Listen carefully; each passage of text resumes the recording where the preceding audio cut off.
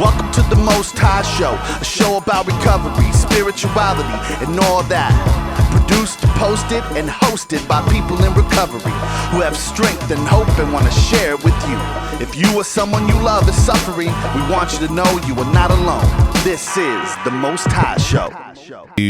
Welcome to the Most High Show. My name is Christian, and sitting with me today is Andrew La Costa Nostra. Yeah. As everybody likes to call me. Yeah. Or Dan the Healing Man says Costa. Because he's just out there accosting folks. Because he likes pasta. Pasta La Costa. And today we're going to talk about step one a little bit. And our hopes is that this conversation will give you some insight. Maybe you're somebody who's considering getting into this life of abstinence from drugs and alcohol. Mm-hmm. Maybe your life is a little bit unmanageable. Maybe it's just not going the way you want it to go. Maybe several people in your family has come to you and said, when you drink, you kind of do these things. No, I've heard that so many times. Or, maybe you found yourself doing things and going, wow, that's against my moral code. Mm-hmm. And maybe you're doing drugs, you're drinking, and you're finding yourself going, I can't believe I did that again. If you wake up in the morning and you say to yourself, I will never get that drunk again. I will never go to the dope man again. And then you find yourself back at the dope man, back drunk again. And it's that perpetual cycle. If you're in that place and you're considering maybe you might want to try a different way of life, maybe you might want to try getting better and getting away from this substance, whatever it is, then this podcast, this video cast, this piece of content, this might be for you. Yeah. Maybe you have someone that you really love and care for, and maybe your pastor or your marriage counselor has said they really should be doing 12-step meetings. Maybe you've heard words like AA or NA or a bunch of different A's. A bunch of A's. This is like two A's or a letter and an A together, and you've heard that, and you're like, what does this mean? What does this mean for my little Timmy, right? What does this mean for my beloved Charles, who's just not the same guy he used to be anymore? You know what it means? What? It means that their life is about to change. If they put their mind to it, if they put God first, it means their life is about to change in ways that they could never even imagine. It can change, and that's the hope. And so today is like 101, right? Here's this kind of 101 look at what step one is. Okay, and let's pull up the exact language of the step. Right? Do you know it exactly? We admitted that we were powerless over alcohol, drugs, whatever it is, and that our lives became unmanageable. And then our lives have become unmanageable. That might not be word for word, but that's what it is. Right. So admitted we were powerless over our addictive, problematic sexual behavior, our ability to control our eating, our ability to control our anger. We've admitted that we were powerless over this thing, and that our life has become unmanageable. That's kind of the beauty about step one, though. It's what? Is you can literally change alcohol with anything. Yeah, right. Exactly. And it's kind of how it is with all the steps. Yeah. And look, we don't need to complicate this step, right? But our hopes is in kind of unpacking it, that maybe there might be something that you might find the motivation within to take the action of either calling someone or going to a meeting or jumping on a virtual meeting. Yep. Right? That's the hope. here. So Hitting us up, maybe. Right. Hitting us up, messaging us, commenting, whatever you need to do, just reaching out and getting the help that's available to you. So for me, step one really came to play. I have a very specific, I know exactly what it was. It was, I had been chronically doing cocaine at night and taking Adderall during the day to work and drinking when I would take cocaine at night. And that was working for a while. Yeah. And then at some point in a long run, I got up in the morning after a night of not really sleeping, but kind of laying there, right? Eyes wide awake. Yeah, you kind of close your eyes, everything's still moving. And I got up from there, and I didn't have any Adderall. And so what I did is I did some more cocaine, thinking, okay, that's going to pick me up. And then I got in the truck and I left. But I took my cocaine with me, which I normally wouldn't do. And I took it with me, and I was just so tired. My body was, shutting down. It wasn't responding to the cocaine. Yeah. And I got pulled up into the workplace. And at the time I worked in entertainment, and so I worked at a radio station. And so there were people in the industry there, celebrities and stuff like that. And I pull in and I see the Rolls Royces and the town cars, and so I know who's there. And I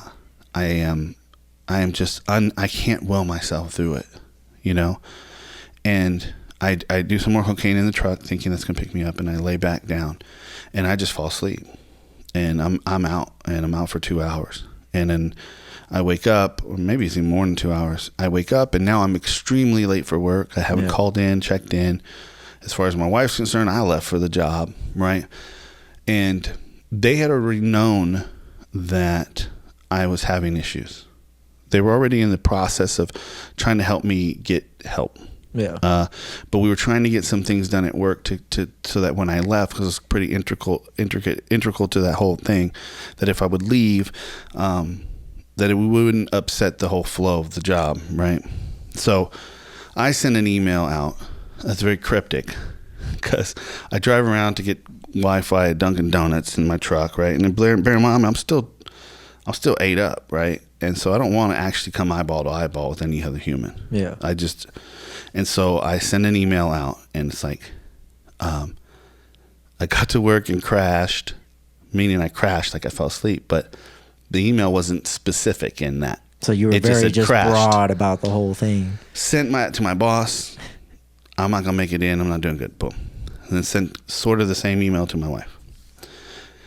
And proceeded to book a hotel room, and had the rest of my drugs, and did the rest of my drugs, and got weird in there. And then I came to a point, man, when I looked out the window and I just was like, oh, like if this is going to continue, I'm going to have to replace this income.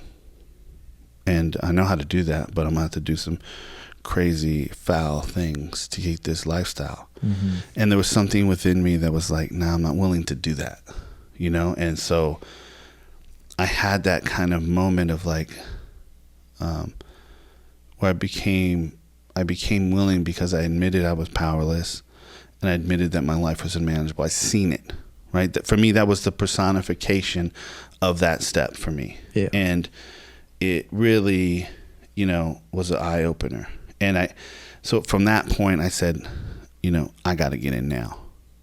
I can't wait. If I wait, I'm going to kill myself. I mean, the amount of drugs I was doing. And so, they expedited the process to get me into a facility, and that's when my life of recovery began. But that was really when I realized that I was powerless over that drug. And there were times before that when I could remember even crying, driving, because at the time I didn't know that the dope man was so close.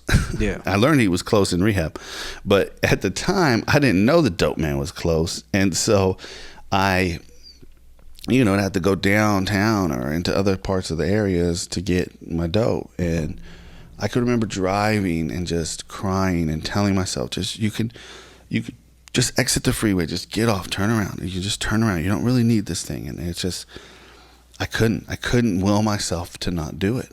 And that's ultimately where drugs brought me to.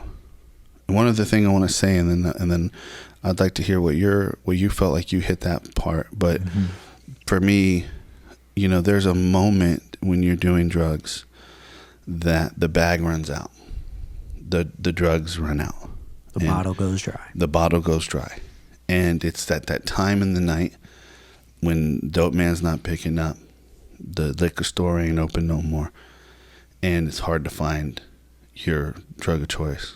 And that moment is powerlessness. Oh yeah. Because you're not done, but the drugs are done, and the bottle's dry, and it's this real moment of, I am not in control of my life at this point in time. And this is where you hear the stories and the Hollywood replays of these, crazy stuff that people do to get drugs, And, I remember that moment, and that's not a place. Anytime I've ever had a craving, since getting sober, I try to always fast forward myself to that moment in time, that I could go get a bunch of dope right now, but there's going to be a point when it's done. And that powerlessness is going to come back. And what am I going to do at that moment? Yeah. I'm going to be miserable. I remember crying a couple times when I reached that moment. Mm-hmm. And it wasn't just like alcohol. Like I'm a gnarly alcoholic, but like I remember when, we had my dad here a couple months ago, right before this whole pandemic hit, like right before in March. Mm-hmm. And he was telling me a story that I didn't even really remember, but it was me crying back when I was like 15 or 16 because I didn't have weed to smoke. Wow. You know what I mean? Like weed? Weed. Because I didn't have weed to smoke. You don't go to rehab for weed? No, I went to rehab because I'm a gnarly blackout artist. I'm a blackout artist. Yeah. That's what it is. It's not even right. an alcoholic. I am a blackout artist, right? Like I'll find ways to black myself out just because that's what I do. But you had a pretty gnarly moment that led you to this your latest foyer into getting some 24 hours in recovery in a row. Walk us through what that kind of moment of clarity, what brought you to that moment of clarity. Well, there was actually, it's funny because there's 3 of these times, right? Mm-hmm. All 3 of them involved me crashing my car. Oh, snap. So the first time happened 3 years ago, right? And I had my 2014 Camaro, and I was blackout drunk, I was coked out, and I was high on some weed. And long story short, I totaled my Camaro, got a DUI, later got it dropped to reckless driving, ended up in rehab. And that's the same rehab that I've been in for the past 3 years, right? So that was like... So you went back to the same rehab that you had been in before? No, that was at that point it was the first time I've been to that rehab. Okay. But since that moment, that was... I checked out the rehab April 20th, 2017. So 4/20/2017. Ever since that moment, I stayed in that rehab. Okay. But these next 2 times, and these are all like points of me realizing that it wasn't until a month later on that first time that I realized like I was powerless, and then I went into their halfway house over there. Yeah, but you didn't stay stopped. No, the first month I was still getting drunk, and then I got blackout drunk. So do you think you really did you this is good, like, cuz like is that you, and I'm not trying to project anything to you, but I'm just asking the question, like is that like more like you coming to a place of like, okay, I think it was more realization or preservation. Could be preservation. That's a good one. Because I'm wondering, like, if this is the first of 3 starts, right? Yeah. Like, why? Did you truly come to a place of like, oh shit, I don't got this, or was there still a part of you that felt like, okay, if I go to rehab, I will get power over stuff. there was a lot of me saying that. Yeah. There was a lot of me, Right. but I think always deep down I knew, because I've known this since 16. Like I knew I had a problem. You know what I mean? Right. Since 16 years old, I've known I've had a problem. Yeah. You know, but like there's people in my family, you know, that like they've all had like issues with abuse, right? Yeah. Drug abuse, alcohol Yeah, abuse. yeah. They've all had issues with abuse, and then like, you know, a couple years later they grow out of it, and it is what it is. Right. You know, for me that's not the case. Right. And that's I think what it was, is I had to come to that realization for me that like I'm not my family. Like I'm not Right. the other people that are in my family. Yeah. Like I have an actual issue. And that wasn't until Right. not saying they don't, but you know what I mean? Like Yeah. Yeah. I do. Like Yeah. and it So- wasn't until this last time, right? Right. Now this was actually in June, so I had been sober at this point. But last Cinco de Mayo, Uh-huh. I got into another altercation with my car. I was drinking and I was driving, and a cop pulled me over. They breathalyzed me. I was drunk, but somehow they said I was good. Somehow I passed the breathalyzer. I don't know how, but my insurance, I didn't have insurance on my car apparently. So they towed my car. Mm-hmm. So I didn't get a DUI, I didn't get anything, but I got my car towed, right? And then so I kept drinking up until like, I think it was May 21st, because my sobriety date now is May 22nd, right? Coming up on a year. But in June of last year, I had a seizure when I was driving, right? And this is really, I think this is really when I saw God. Mm-hmm. And it wasn't for me like, you know, I've known what step one was. Not to say I didn't have a step one, Right. because I've known what step one was for 8 years now. Yeah. It's like 9 years now, you know. So when I finally found God, it was more of a turning point for me, because that was when I really truly saw that like, cool, I am powerless, but He's got all the power. Yeah. You know, and if I could put my trust in that, then I'll be okay. And Right. that's when my step one really came into play, I think. So Mm-hmm. I had a seizure when I was driving, and nothing happened. I didn't hit anybody. I crashed my car. Of course, I had a seizure when I was driving. I mean, you know, pass out. But the seizure wasn't a result of No, it wasn't. drinking. No, I was sober. At Yeah. that point, I was maybe 2 weeks sober. Okay. So I'm epileptic. So if I don't take my medicine, I get seizures. Yeah. So, and that's not like drug induced or anything like that. That's just Right. unfortunately what I have. So I had a seizure. I didn't hit anybody. I didn't hurt myself. My car's fine. I mean, it got pretty banged up. You saw my car. Yep. After that, but it's drivable. I drove it for almost a year until I finally got rid of it just recently. And, you know, like the big thing though, the huge thing for me was how many people came out and supported me, like at the hospital. Yeah. That was the biggest thing, because I felt so alone for so long. And it wasn't until like I was truly in need of people Mm-hmm.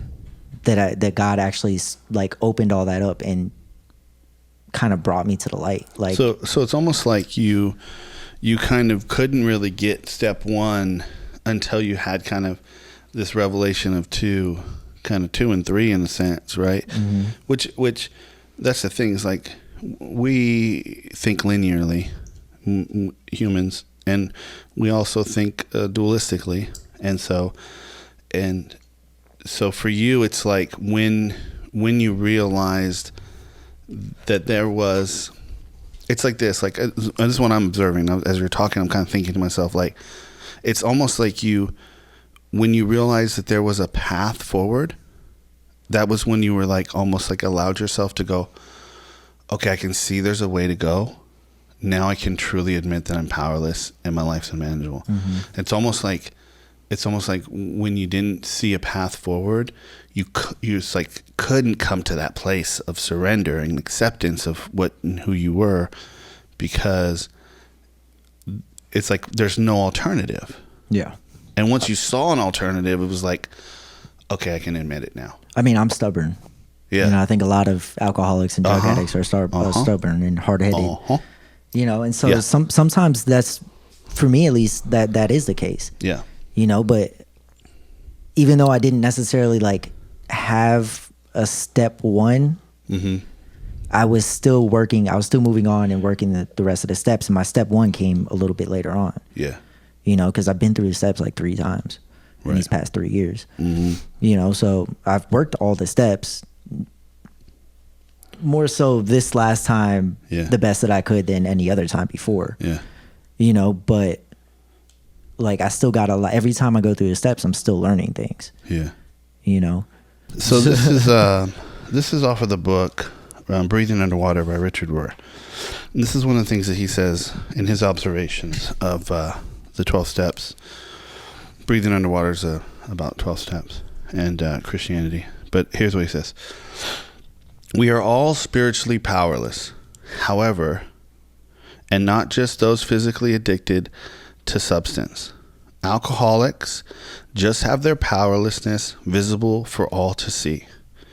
The rest of us disguise it in different ways and overcompensate our more hidden and subtle addictions and attachments, especially our addiction to our way of thinking, which is pretty freaking powerful. That's dope.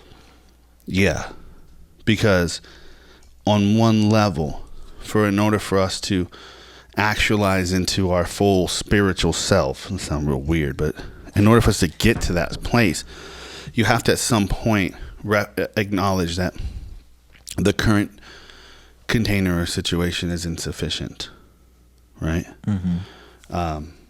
So I really like that, and I really like that there's a sense of powerlessness and unmanageability that it's almost like as soon as you realize that you're powerless and unmanageable, it's when you receive the power, right? Because it's not like what you said is it wasn't your power.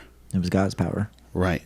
But as soon as I can give that up to him, right, my life just gets that much better because I don't have to better. worry. Yeah. I don't have to worry about that anymore. Right. And that's the thing that I love and hate at the same time. Yeah. And in here, and this is from the 12 Steps and 12 Traditions book, it says, the principle that we find no enduring strength until we first admit complete defeat is the main taproot for which our whole society has sprung and flowered. Who cares to admit complete defeat? Practically no one. Every natural instinct cries out against that idea of personal powerlessness. So here's the thing. You want to get power. This is how you get the power, by admitting you ain't got it. You want the power? Give the power up. That's what it is. Yeah. It's like you were talking about. Mm-hmm. Like when you were thinking about like money, right? Yeah. And you were talking about how like that guy was like, as soon as I stopped worrying about it is when I started getting more of it. Right. Right. You know what I mean? Like Yeah. that's exactly the same way it is here. It's like, Yeah. as soon as I gave it up, I, in a sense, got more power. Yeah. You're talking about a conversation I had with a very rich, successful person who told me that once he stopped using money as his motivator to do things and making decisions based on money, and this is when he started making a lot more money. Yeah. Yeah. Which I thought it was interesting also. Yeah, it's brilliant. Like, because he's focusing more on the actual creation or the actual like how good he's actually going to make these Right. things instead of, Right. this is however. yeah, which we totally experience. Yeah. Being creatives. All right, so we do got somebody hopping on. He's ready. Stay stopped. Step one is like the ultimate. It's like, all of the steps are legit for me, but step one, I had to have a deeper understanding. My sponsor, it was one of these old school sponsors. He's like over 25 years. He's like, get a dictionary. Well, if you don't understand a word, look it up. Because if I miss one word, I'm the type of dude that just, it's like, if I don't understand, I know how to say it. I know how to pronounce the word. You know what I mean? But I have no idea what it means. And it was just interesting when I learned on step number one how valuable and how much depth and weight. I didn't even realize it was a 2-part step. And when you mentioned that today, and when I saw your cast, and I was like, yeah, that unmanageability part, that's the core part of recovery. Right. And I was like, yeah, I said, I got to chime in on this because my sponsor took time for me. Because again, I'm one of those super analytical. Yeah. I like how you said unpack. I like to unpack Yeah. this step. And I said, Right. you give me a platform. You give me a platform. Again, everything that my sponsor has showed me and everything that I've acquired from, the spiritual platform and whatever the Lord has asked me, shown to me and revealed to me. Right. Like you said, guys like me are out there.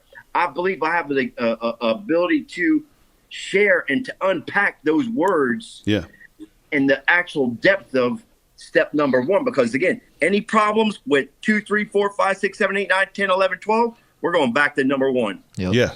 Any issue, step number 4 is so hard, back to number 1. Yeah. Step number 8 is I don't want to do my step number 8. Let's go back to step number 1. Yeah. You see what I mean? And I understood that. It made sense. But that unmanageability, Christian, Yeah. that is to me like it's so valuable. And the little thing that I referenced on page 52, it was just a profound moment. And when I look at it, I look and say we had to ask ourselves. I got my book right here. I'm gonna see my little book right here. Nice. Let me see. Boy, he putting in work on that book. Okay. You getting the money out that book. Look at that. Been through some things. Hey, let me tell you, this is stay stop. This is stay stop work right here. I put it in work, man, because if nothing changes, nothing changes. And this, it wasn't a one-time read. It was something that I studied. Yeah. And every time I got to go over it with another sponsee, I would see new things and I would highlight and I would break down the words to unpack it. But in step 1, that unmanageability, it blew me away because the unmanageability, that human, what they call it, our human problems. Yeah. Okay, now the drink is gone. It said on page 51, if you flip back to page 51, it said, leaving aside the drink question. Yeah. You know what I mean? Yeah. The grace of God already took that away. It ain't about the dope and the drink no more. Right. You know what I mean? Now I'm sitting here stone cold sober and I'm depressed Right. and I'm miserable. Yep. You know what I mean? And when I hear unmanageable, Christian, my brain goes to, like I said in the thing, ideas, emotions, and attitude.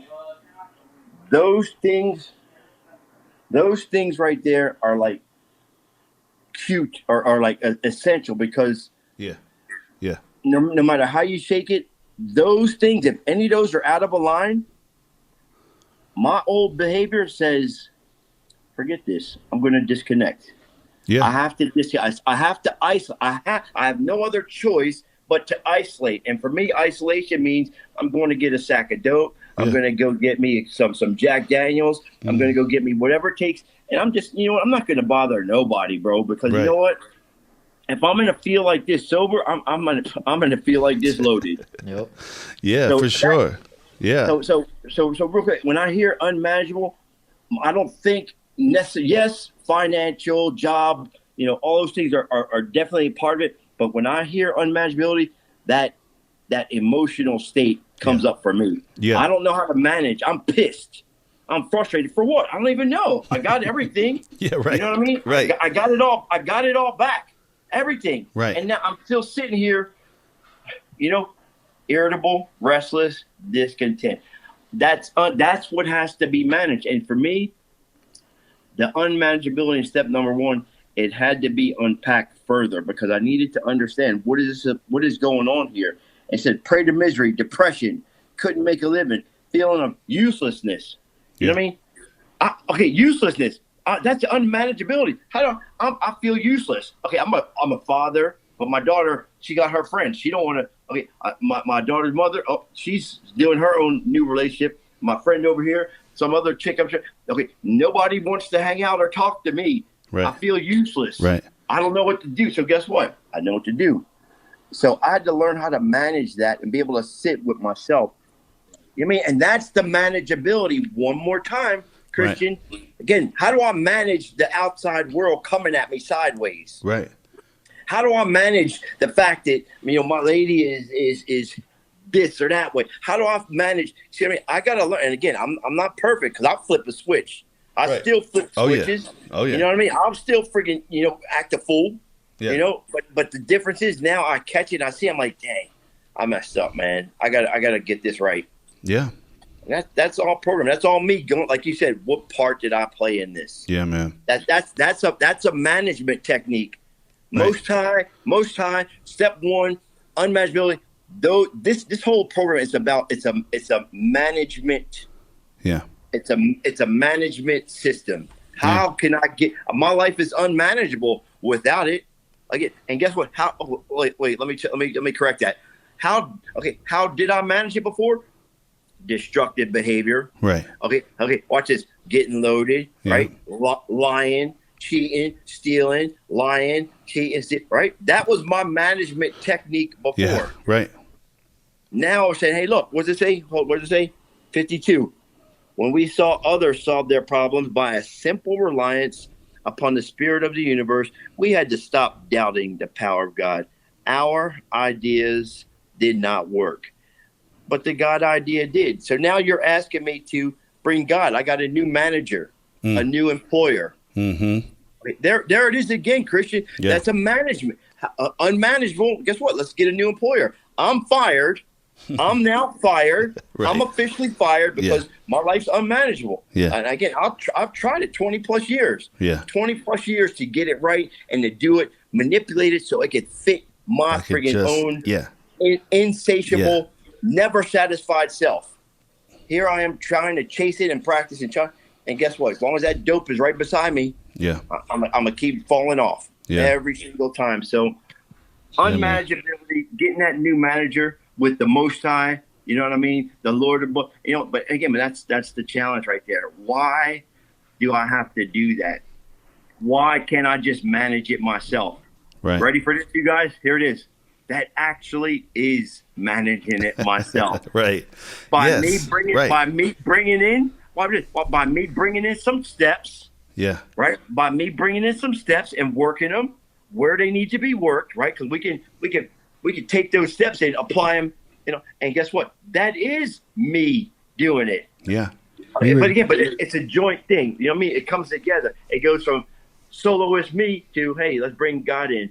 Right. And let's let him give us some strength and direction. Yeah. That becomes the challenge because I'm trying to simply manage my life. Yeah. Life translated to my behaviors. How do I manage my behavior? Right. It's the thing that as soon as you say that, as soon as you admit your powerlessness and that your life's unmanageable, at that same moment when you admit the complete utter defeat, totally, is when you're given the opportunity for victory. Opens the door. It opens the door, and that's the paradoxical things of everything spiritual. Most things spiritual are paradoxical, right? Yeah. And so, like this concept of like, okay, if I surrender this, it's we give it away to keep it. Mm-hmm. We die to live, right? I mean, paradox, all paradox. Yeah, and crazy, huh? I think, and I'm so thankful that that it clicked. Awesome, but bro. keep doing your work, man. I'm here, my friend. I'm here anytime. Costa, good to meet you, my dude. I didn't hear much from you. I didn't hear much from you, but man, hey, anytime, reach out to me, man. I'm there. Okay. How much? Hey, real quick, I want to say thank you for your service, man. Hey, thank you for your support, my dude. Live and direct, yes, sir. U.S. Army to the core, soldier for life, baby. Thank you so much, man. It's been a blessing to have you on. All right, bro. God bless. Thank you. All right, Christian. Be well. All right, bro. Later. Bye-bye. Stay stopped. Stay stopped. That's right. Stay stopped. So that's it for step 1, but continue watching for steps 2 through 12. Yeah. Right here on our YouTube page. Yeah. At the Most High Show. Yeah. Click. Over here somewhere. Over there. Right there. Over here. Click. Subscribe. Like. Comment. Peace.